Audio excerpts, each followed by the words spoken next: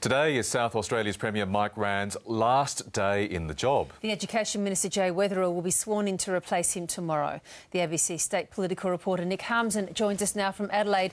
Nick, the end of an era in a slightly unfortunate way. This premiership has really limped to an end, hasn't it? It has, Virginia. We've seen a quite strange chain of events and the slowest ever political coup in South Australia.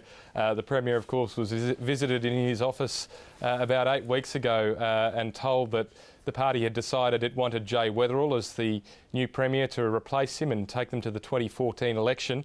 That was a surprise to everyone, including Mike Rann, who thought his current deputy, John Rao, was the anointed one.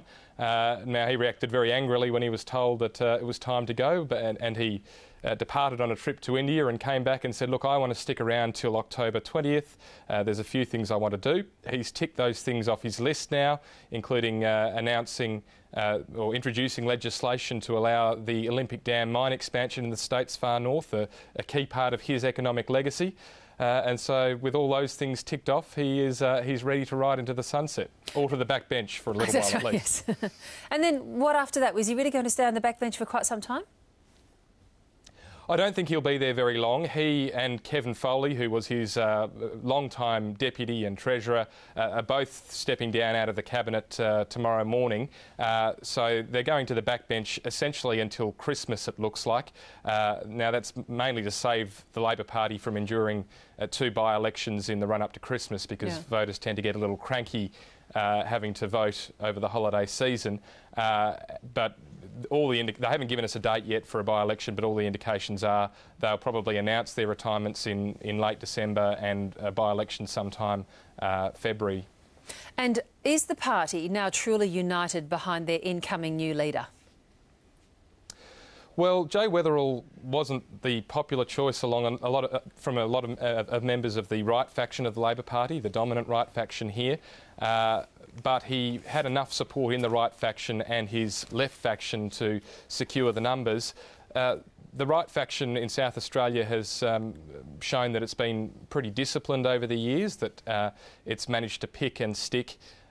Whether it does so behind this candidate remains to be seen.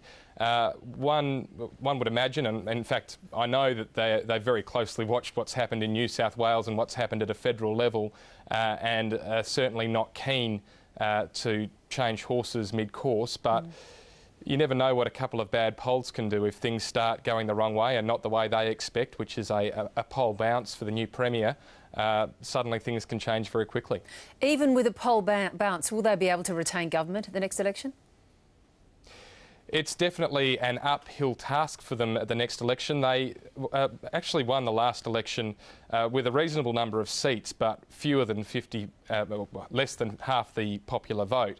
And that's going to be even more difficult for them at the next election, because South Australia has a strange provision in its Electoral Act that when a party wins with less than half the vote, the Electoral Commission has to go and redraw the boundaries of electorates to reflect that. So there are a number of marginal Labor seats, which sometime next year will become marginal Liberal seats.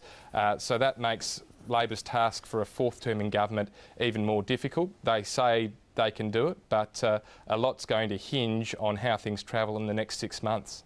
Well, Nick Harmson, it might be the world's slowest and longest coup, but you were certainly very quick off the mark in reporting it, and just wanted to make mention here of your Walkley nomination for reporting of the coup. Congratulations and go well in the finals. Thanks, Virginia.